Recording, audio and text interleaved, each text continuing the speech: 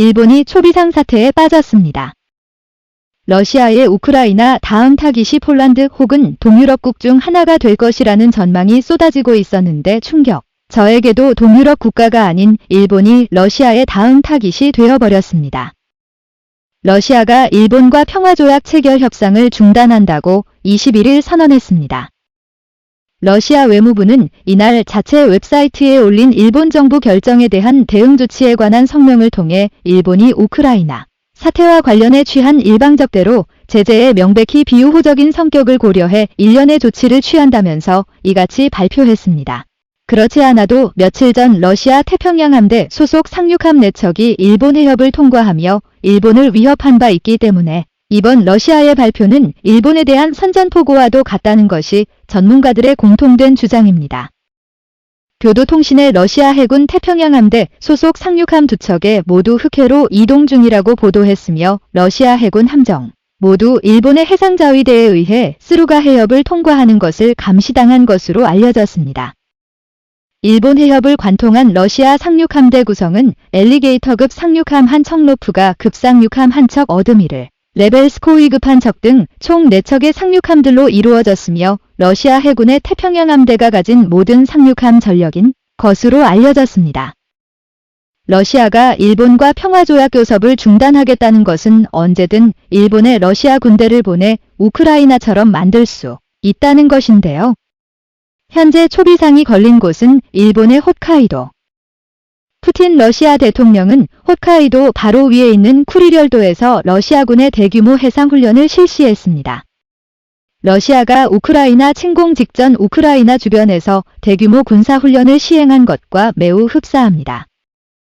아사히는 지난달 일본 해역에서 24척의 러시아 해군 함정의 훈련을 진행한 데 이어 지난 10일부터 11일 사이에는 해당 훈련에 참가하는 것으로 보이는 군함 10척의 스가루 해협을 통과했다며 이 정도로 많은 러시아 전력이 한꺼번에 움직이는 것은 드문 일이라며 두려움을 감추지 못했습니다. 러시아의 일본과의 평화조약 중단 선전포고에 일본인들은 난리가 나버렸습니다. 실제로 일본에 거주하고 있는 외국인들의 대규모 한국으로 이동하고 있다는 소식이 전해졌는데요. 이러한 현상을 이번이 처음이 아닙니다. 일본에서 전쟁 또는 천재지변이 일어났을 때 일본에 거주하는 외국인들의 가장 먼저 한국으로 이동하고 그 후 일본인들도 한국으로 대규모 피신을 오고 있습니다. 실제로 후쿠시마 원전 사고가 발생하자 각국 정부가 일본에 남아있는 자국민들에게 대피를 권고하면서 한국을 임시 피난처로 삼은 외국인들의 입국이 대폭 늘었습니다. 당시에 에르난 브란데스 주한 칠레 대사는 칠레 국민들이 한국으로 대피했다. 한국은 일본에서 가장 가깝기도 하고 훨씬 더 안전한 나라다. 한국이 마련해준 임시 피난처에서 칠레인들이 머물고 있다 전했고 유럽과 다른 남미의 외국인들도 한국으로 대규모 이동해 수개월 동안 한국 호텔들의 일반 여행객을 받을 수 없을 정도였습니다. 인천의 한 호텔 대표는 각국 대사관에서 연락이 많이 와서 그분들을 위해 배려를 하고 일반 여행객들에게 양해를 구해서라고 전했는데요. 일본이 진출한 다국적 기업들도 일본에 있는 인력을 한국으로 철수시키겠다는 발표를 했습니다.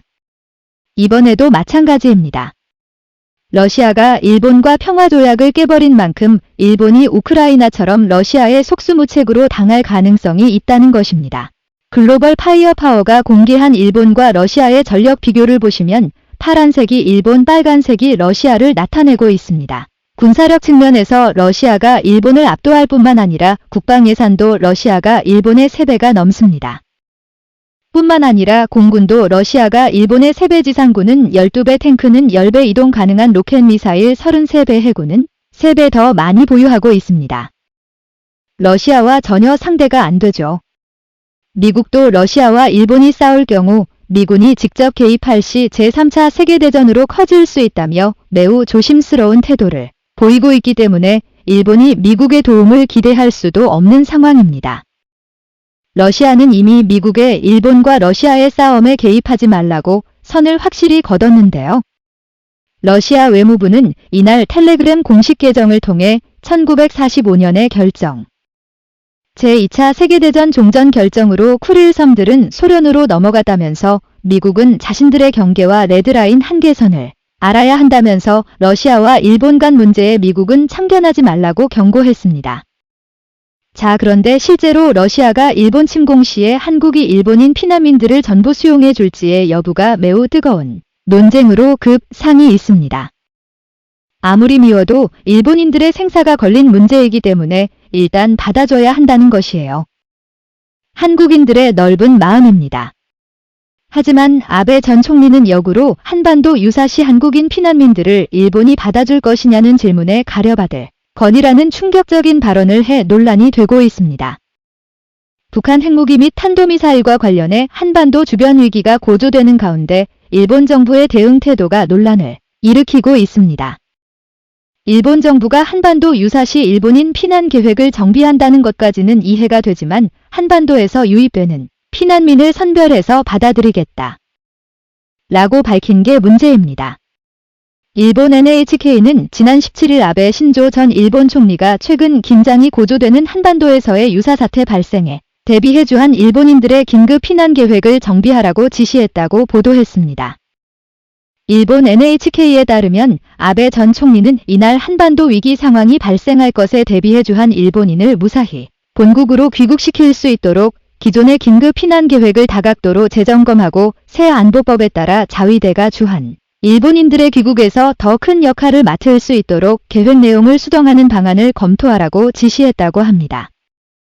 일본 NHK는 아베 전 총리는 또한 내각의 한반도 유사사태 발생 시 일본으로 유입될 수 있는 한국 피난민 입국 과정에서 위험 요소가 될 만한 사람을 가려낼 수 있는 수단도 마련하라라는 충격적인 지시를 내린 것으로 알려졌습니다.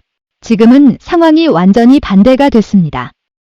실제로 러시아가 일본을 공격하게 되면 한국도 일본이 그랬던 것처럼 위협이 될 만한 일본인들을 가려서 받아야 하는지에 그렇게 한다면 과연 일본인들은 어떠한 반응을 보일지. 그제서야 아직도 키시다 총리를 꼭두각시로 이용해 뒤에서 혐한 정치를 펼치고 있는 신조 아베를 원망할지 한번 지켜봐야겠습니다. 오늘도 감사합니다. 최고로 멋진 하루 보내시길 바랄게요.